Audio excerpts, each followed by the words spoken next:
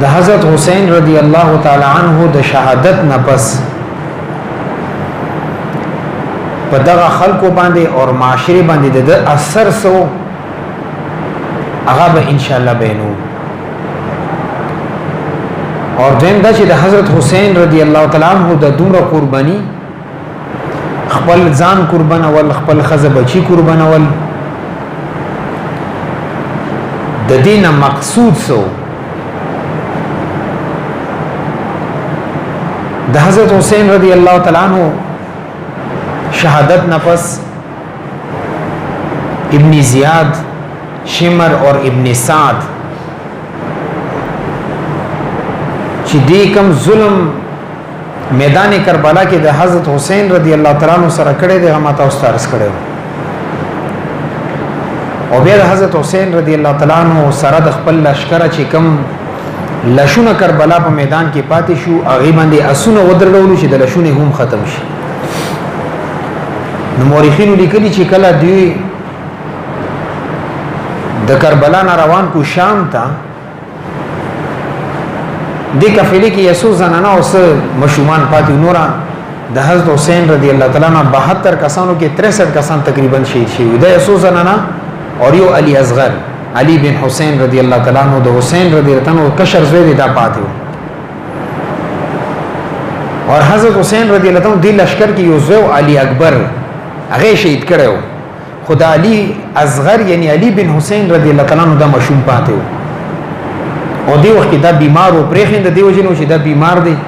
کدا قتل کو خلک ورته وشي مشومانی قتل کړي دي دا غیرت وجنه پرېخو چې خلک پر افسوس ونه کی. نو مورخین ویلي چې کله په کربلا میدان باندې دغه قافله تیریدان دی یو کترو چې زمونږ د خاندان ولکم لشنی د اوس هم میدان کې پرته دي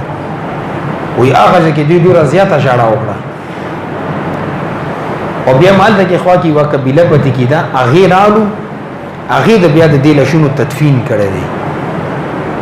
زګه د شهداي کربلا نن هم د قبرستان پته نشته چې د قبرونه کم ځای کې دي. بیا چې هغه کله قبرونه جوړ کو دیور باندې وبره پرېخوي قبرونه هم ختم کو. خدای کې د الله رب عزت ډېر لوی حکمت او کچري دا قبرونه اوسوي نه پته نشته دي شیطانو به ونه جوړ کړی. خو مازی ټیم کې وی د سي الله رب العزت یو کار کې حکمت وی دغه علامات نشانات ختم کی. لکه د حضرت علی رضی الله تعالی عنہ قبر کې اختلاف دی سو وی عراق کې دي سو وی افغانستان کې دي پته نه لګي هغه کې حکمت دا او کني دي خلکو بس کوو.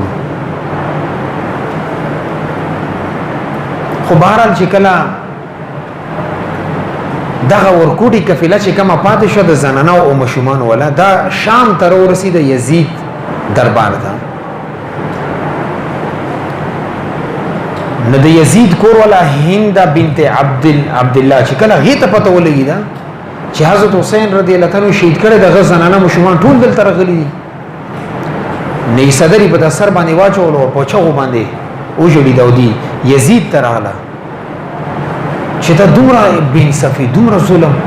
د حضرت حسین رضی الله تعالی عنہ په شان د رسول الله صلی الله علیه وسلم اولاد سره دومره ظلم زیاته او ډیر زیاته د خفغان اظهاری په دی باندې وکړو. اور مورخینو دا هم لیکلی دي چې شروع کې یزید د حضرت حسین رضی الله تعالی عنہ په قتل باندې خوشاله و. سیر و اعلام النبلاء د لیکلی جلد 4 کې خو مرور زمانه سره زمانه تیریدل سره خلکو کې ډېر زیات بدنام شو. ولی چې سړی صحابي شهید کی خزیره خبره ده اور د دې خلاف پورا ملک کې بغاوتونه روچت شو. د دې خلاف خلک جوړ شو. نو چې کله دې پته ورته دا ولګیده چې د حضرت حسین رضی الله تعالی عنہ د شهادت وجه نه زیات بدنام شو. نبی بيدا ویلو چې ابن مرجان باندې د لعنت وی دا مرجانه د عبید الله ابن زیاد مور نومو اور عربو کې رواج دا چې چاته بدرت ویل نه مور نوم به ورته خصو چې دغه مور د فلانکی مور بچي کم دی په غي باندې د لعنت وی بار لعنت لګلو چې ستاده د اقدام وجینا زما بدنمی وشو کچري ذکر بلا په میدان کې وي ما به قطعا حضرت حسین رضی الله تعالی عنہ قتل کولو بلکې هغه چې ما به ځان سره راوسته او دی محل کې به ځان سره پاتې کړو کمانه کم زیاده تل وخت ما به پریخو خو ما به شهید کولو نه ولی چې دیو جن ماته ډیره زیاته بدنامي جوړه شو او به دا ویلو چې خیر دې کدیو جن زما حکومت هم ختم وي خیر دې ماته حکومتي مشکلات جوړه خو چې دا قتل شوی نه وي او به یزید په خپل باندې وایي چې یو ځل حضرت حسین رضی الله تعالی عنہ دو فرمایلو چې زما پلار ای یزید تا پلار نه افضل دی بهتر دی اور زما مور دستا مور نه بهتره ده اور زما نیکه دستا نیکه نه افضل دی نه یزید به ویلو چې دا خبره ټیک کړی ده زما پلار حضرت معاویه رضی الله تعالی عنہ صحابي دی اور د حضرت حسین رضی الله تعالی عنہ پلار حضرت علی رضی الله تعالی عنہ هم صحابي دی دا ټول دنیا نه تللی دي الله سره ملاقات شوه دی الله سره څنګه معاملې کړي غیمون ته پته نشته باقی د دویمه خبره چې حضرت حسین رضی الله تعالی عنہ مور حضرت فاطمه رضی الله تعالی عنها اور زما مور زهره خبره د رسول الله صلی الله علیه وسلم لور وا غډي رضیات افضل او زما د مور نه اور اعلی د نیکه خبره زما نیکه حضرت ابو سفیان رضی الله تعالی عنہ صحابي دی اور ستانی که حضرت محمد صلی الله علیه وسلم امام الانبیاء دی او چې کم سره په الله باندې ورځ اخرت باندې ایمان وروړي غدا کیده چې رسول الله صلی الله علیه وسلم ټول انبیاء علیه الصلوۃ والسلام کې افضل دی هغه په ابو سفیان رضی الله عنه اسی نشي رسیدي خو بهرحال چې کله دغه قافله د یزید کور تلاړه نه یزید کور کې دی باندې ډیر زیات د غم او د خفګان اظهار وشو اور مورخین لیکلي چې به ځان سره د کور کې پاتې کړه کور ته ولېګلي چې د کمی زنانه دي مشومان دي دا زما کور کې پتی کی اور دی قافلې کې د یو مشوم چې کم پاتې شو علی بن حسین رضی الله تعالی عنہ علی اصغر په نوم باندې مشهور دی دا چې کله د یزید دربار ته راولو نه یزید ځان ډېر لري کېناولو علی بن حسین رضی الله تعالی عنہ ورته ای یزید کچری رسول الله صلی الله علیه وسلم ژوند دی به نزی ځان سره نږدې کېناولو ورته خرشه ما سره نږدې کېنه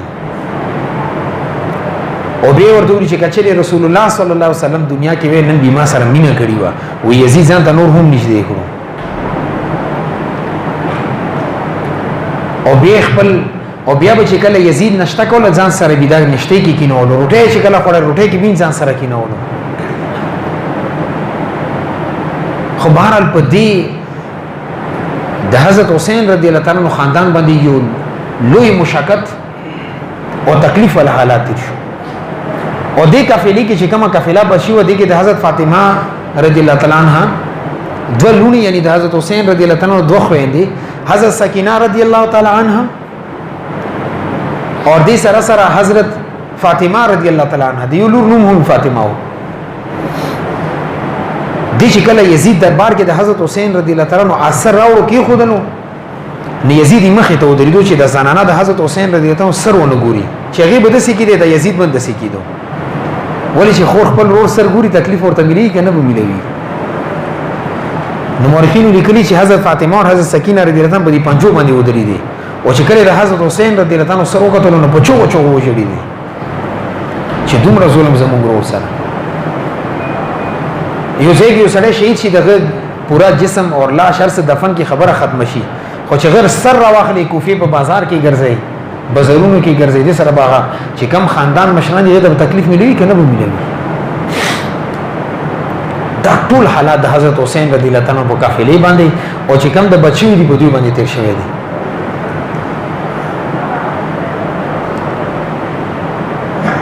بیا یزید د حضرت حسین رضی الله تعالی عنہ کومه قافله پاتې شو د فیصله وکړه چې دا واپس مدینه ته لاړ شي نو نعمان بن بشیر وروغتو رضی الله تعالی عنہ هغه ته وی چې ګوره دا قافله موږ سره امانت ده دا خاندان موږ سره امانت دی او دا به ته مدینه منورې ته چې څومره د سکیورټي فوج لګي غواخله خدا محفوظي طریقې سره مدینه منورې ته ورسوه نعمان بن بشیر ځان سره یو غټ لشکر روان کو اور دیو ته بقاعده یو پردې کې ډېر لوی تنظیم یو کړو اور مورخین د لیکلي چې د علي بن حسین رضی الله تعالی عنہ چې کوم د حسین بن زویو ابن زیاد د دې قتل هم اراده کړی و خو بیا ورته علي بن حسین رضی الله تعالی عنہ دا ویل چې کچري زه د قتل کړم زما دي زنانو سره دومره څوک نشته چې دا کور پورې ورسي اور د حضرت سکینه رضی الله تعالی عنہ ته دا ویلو چې ظالما زما ټول خاندان د قتل کړو یو نرینا د نه پاتې کړي اوس ته د زړه کې کمی انتقامي جذبه دغه اوس نه د ختمه خبره د علي بن حسین رضی الله عنه هغه زنه هم بچ شوی دی د ابن زیاد مخې د کلا زری وشو به د یزید دربار کې قتل نه بچ شو د دې کفیله سره وو نو نعمان بن بشیر بچ کلا رضی الله تعالی عنہ شپې کمزې کې قیام کوله دا کفیله به یوزې کې اشاره کا دین لری ویوا سکیورټي دایره جوړه کا چې د سوق نه ورسي خو ډیر پر امن طریقې سره محفوظ طریقې سره دا خاندانی مدینه منوره ته ورسول مورخینو لیکلي چې کله مدینه منوره ته دغه قافله ورسېده مدینه منوره کې خبر رسیدلی و چې حضرت حسین رضی الله عنه شهید شوی دی او چې کله د قافله خاندان یو کتل ټول مدینه منوره کې خلک بچو وجړي بیا چې کله د اهل بیت چې کم دغه مستورات یا مشومان پاتې د چې کله کور ته ورسېدو حضرت سکینه رضی الله عنها حضرت فاطمه رضی الله عنها خپل کې دا مشوره وکړه چې د نعمان بن بشیر خو موږ سره ډېره غټه خېګړه وکړه خو دیو کې موږ سره څه نه چې دې ته ورکو نخپل لاس نه دو بنگړي سونی والا اور دا غنګي نور څه زیورات ور سره غي ور تر واخه سوچي دیو کې موږ ډېر کمزوري یو زموږ لرینا ټول شهید شو اور زموږ قافله کوفه کې لوټ کړل شو دوسر ظلم دا کړی چې به لوټ کړي هم څومره پیسې سره د سپین زرو ټول نه خستي وای کاش کدی وخت موږ سره سره د سپین زر ډېر د غون وطن مونږ قربان کړي نعمان بن بشیر ته ویل چې ما تاسو سره کړي دا محض الله رضا ده پنامه کړي کچره زما دنیا مطلوب نه دغه ته چې ما د سره کې د خو هیڅ نه دي خزما د ذمہ داری وا چې د رسول الله صلی الله علیه وسلم آل اور خاندان اور اولاد خپل زی تر ورسول بیا دې د مدینه منوره کې خلک په تعزیت ترتلو حضرت عبد الله بن جعفر رضی الله تعالی عنہ دي دو بچی کربلا میدان کې شهید شوی دي حضرت حسین رضی الله تعالی عنہ لشکر کې دي د خلک تعزیت ترتلو لکه موږ څنګه دعا ترزو نو یو سره وتعالى ورته چې دا ستا چې د کم دو بچی دي د زکه شهید شو چې حضرت حسین رضی الله تعالی عنہ غلطی کړی و وې دې سره एकदम مخرن بدل شو غوسه شو وې نور سه لاس کېونه لاس ته یو چپړه لاس تر هغه سره په باندې گزارو کو چې کم بخته بدبخته حضرت حسین رضی الله عنه کا دفاع باندې ز شهید شوی دا ماده پر فخر خبر وا خو ما افسوس پدا دي چې زه حضرت حسین رضی الله عنه لشکر کې نوم زما دو بچو ما به ساره هغه کردار ادا کو د حضرت حسین رضی الله عنه دفاع کړی دا د ماده پر کزه دنیا کې کم اولاد باندې فخر کوم غزما هغه دو بچی دي کم کربلا کې د حضرت حسین رضی الله عنه سره شهید شوی تومره یو لوی قربانی داستان اور عبداللہ بن عباس رضی اللہ تعالیٰ عنہما مبارک دلائل النبوہ کے امام بحقی رحمت اللہ علیہ لکلی دی چې دی ورځ خوب وکتلو چې رسول الله صلی الله علیه وسلم ډیر زیات پریشان دي او د لسونی د سره غون کړی دي اور د ویختی ګردو کې خړ پړ دي ګیره خړه پړه ده ګردو ګرد الود دي حضرت عبداللہ بن عباس رضی اللہ عنہ فرمایي چې ما رسول الله صلی الله علیه وسلم خوب کې تاسو کو چې یا رسول الله کې سدي الاس کې دومره شیشه ور سره هغه د وینو ډکوا و مور دوی یا رسول الله داس دي و ما ته د حضرت حسین رضی الله عنه وینه ده اور دا په الله دربار کې زوړان دي کوم چې ما اولاد سره دا ظلم شوی دی حضرت عبداللہ بن عباس رضی الله عنه څنګه خوب نه راپاسي دو خلکو ته ویل چې حضرت حسین رضی الله عنه شهید شوی دی نو مورخینو لیکلي چې کله حضرت عبدالله بن عباس رضی الله عنه دا خوب بیان کړو هغه ورځ اور د وخت حساب کتاب وکړل شو چې کله دا قافله را ورسېده مونږ حساب کوم هغه ورځ باندې حضرت حسین رضی الله عنه شهید شوی او حضرت ام سلمہ رضی الله عنها فرمایي د ترمذی روایت دی چې ما خوب کې رسول الله صلی الله علیه وسلم وکتلو چې ډیر زیات پریشان دي اور ګردو سره بالکل خړ دی وای ما نه تاسو کو چې یا رسول الله دولی وای زه د کربلا میدان کې حضرت حسین رضی الله عنه سره موجود هم د هر سما په مخ کې وشو